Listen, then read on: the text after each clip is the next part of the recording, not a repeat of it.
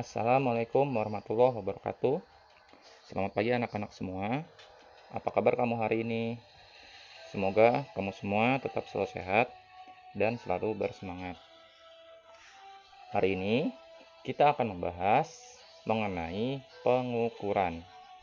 Nah, setelah kemarin kamu belajar tentang apa itu objek IPA, apa itu pengamatan dan penafsiran.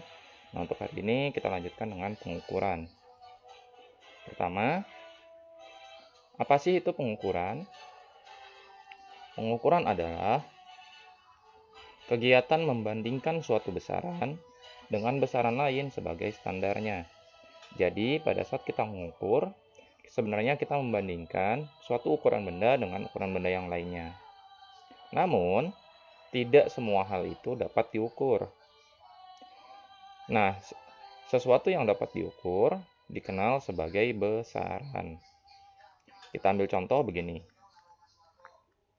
Nah, kemarin kamu sudah menentukan ciri-ciri dari dirimu sendiri. Coba sekarang kamu lihat, apa sih yang dapat kamu definisikan dari orang ini? Dia adalah seorang laki-laki, berumur 41 tahun, dengan tinggi 180 cm, berat badan 90 kg, yang cerdas, kuat, dan baik hati. Nah, dari definisi ini, kita dapat beberapa data atau ciri-ciri pada orang ini. Yaitu, kita mendapatkan tinggi, berat, dan umur. Kemudian, kita mendapatkan sifatnya itu cerdas, kuat, dan baik hati. Apa perbedaan keduanya? Yang tinggi, berat, dan umur adalah sesuatu yang dapat diukur karena memiliki ukuran. Nah, maka tinggi, berat, dan umur disebut sebagai besaran. Sedangkan cerdas, kuat, dan baik hati, walaupun kita tahu, tapi kita tidak bisa menentukan seberapa besar ukurannya. Maka ketiga sifat ini tidak termasuk sebagai besaran atau bukan besaran. Nah, untuk membandingkan besaran, kita mengenal yang namanya satuan. Apa itu satuan? Satuan adalah besaran yang kita jadikan standar dalam mengukur. Nah, satuan ini kita bagi menjadi dua. Yang pertama adalah satuan tidak baku, dan yang kedua adalah satuan baku.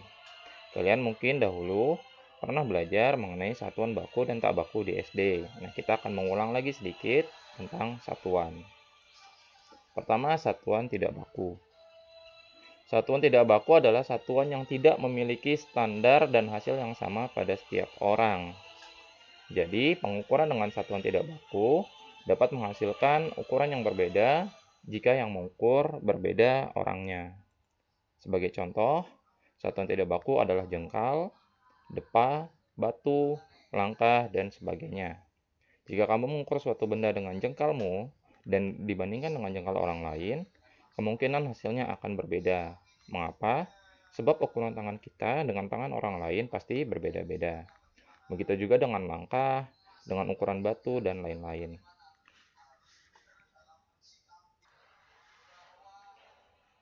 Nah, orang zaman dahulu, sebelum adanya satuan baku, menggunakan satuan tidak baku untuk mengukur. Jadi, orang-orang zaman dahulu lebih sering menggunakan benda-benda yang ada di alam. Sebagai contohnya, menggunakan tongkat, menggunakan langkah kaki, menggunakan ukuran pohon, dan lain sebagainya. Sayangnya, hal ini menimbulkan masalah, sebab satuan tidak baku memiliki perbedaan hasil antara satu orang dengan orang lainnya. Sehingga akhirnya orang-orang menciptakan yang disebut sebagai satuan baku.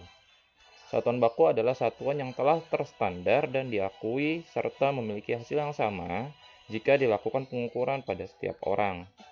Artinya, jika kita mengukur dengan satuan baku, siapapun yang mengukur, hasilnya akan sama karena telah terstandar dan diakui oleh semua orang.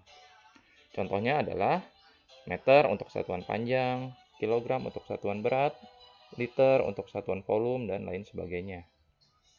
Nah, ini sedikit mengingat, dahulu kamu di SD pernah mempelajari tentang tangga satuan. Sebagai contoh, ini ada kilometer, hektometer, dam, dan lain sebagainya. Di mana setiap turun satu tangga dikalikan 10, dan setiap naik satu tangga dibagi 10. Nah, ini adalah ukuran dari satuan baku. Nah, ini adalah konversi satuan baku. Jadi satuan baku memiliki tingkatan-tingkatannya. Mungkin yang kamu kenal dari kilo hingga milimeter. Di bawah mili ada yang namanya mikro, ada nano, dan ada piko. Sedangkan di atas kilo ada yang disebut sebagai mega, giga, dan tera. Selain satuan baku, ada juga yang disebut sebagai satuan internasional. Nah, satuan internasional ini adalah satuan yang diakui secara internasional di seluruh dunia. Nah, berikut ini adalah 9 satuan internasional, berikut lambang dan satuannya. Panjang satuannya adalah meter, massa adalah kilogram, waktu second, watt arus listrik ampere, suhu Kelvin, dan lain sebagainya. Nah, selain satuan internasional, ada pula satuan lain dan konversinya. Nah, satuan-satuan ini dipakai di sebagian negara, tetapi di beberapa negara lain tidak umum dipakai. Sebagai contohnya, inci, feet, dan mil biasa digunakan di daerah-daerah Eropa. Namun untuk di Asia, termasuk Indonesia, ukuran ini jarang kita gunakan. Kemudian ada pound, itu juga biasa digunakan di daerah-daerah Eropa. Ada kuintal dan ton, mungkin di Indonesia masih sering dipakai, tapi di sebagian negara jarang dipakai. Nah, ini adalah satuan yang tidak internasional, namun termasuk satuan baku, sebab ukurannya di setiap orang, setiap negara sama. Oke, setelah membahas satuan baku dan tidak baku, sekarang tugas kamu adalah mengukur panjang meja.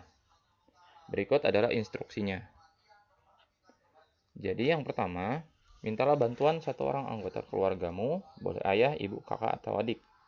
Kemudian cari sebuah meja yang ada di rumahmu, ukur panjang menggunakan jengkalmu, dan minta satu orang anggota keluarga lain untuk mengukur panjang meja yang sama dengan menggunakan jengkal tangannya. Dicatat, kemudian ukur menggunakan meteran atau penggaris, dan foto kegiatan kamu saat mengukur setelah upload ke Classroom. Untuk lebih jelasnya, bisa kamu lihat di download yang saya sediakan. Terima kasih. Wassalamualaikum warahmatullahi wabarakatuh.